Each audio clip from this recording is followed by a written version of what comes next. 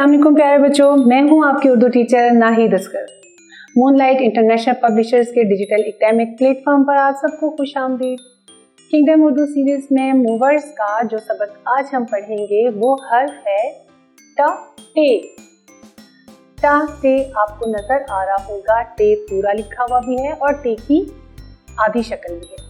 इस आधी शक्ल को आपने इसलिए याद रखना है कि इसी आधी शक्ल से जब हम दूसरा हर्फ आगे मिलाएंगे तो वो एक पूरा लफ्ज बन जाएगा। जैसे ट्रैक्टर, टे रे काफ ट्रक, ट्रक, टीपू।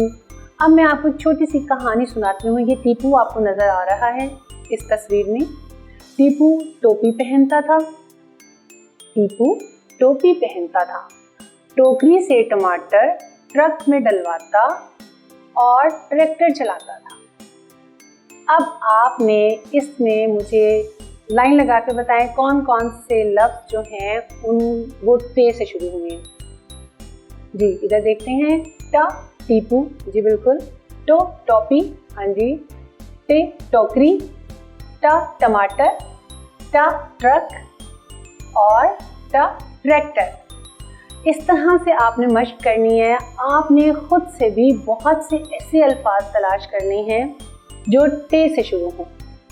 जैसे टोकरी हमने इसमें देखा, टीपू नाम है जैसे किसी का भी, और बहुत से और लफ्ज़ जो आपके जहन में आ रहे हो। आपने उनको तलाश करना है, उन्हें बताना है।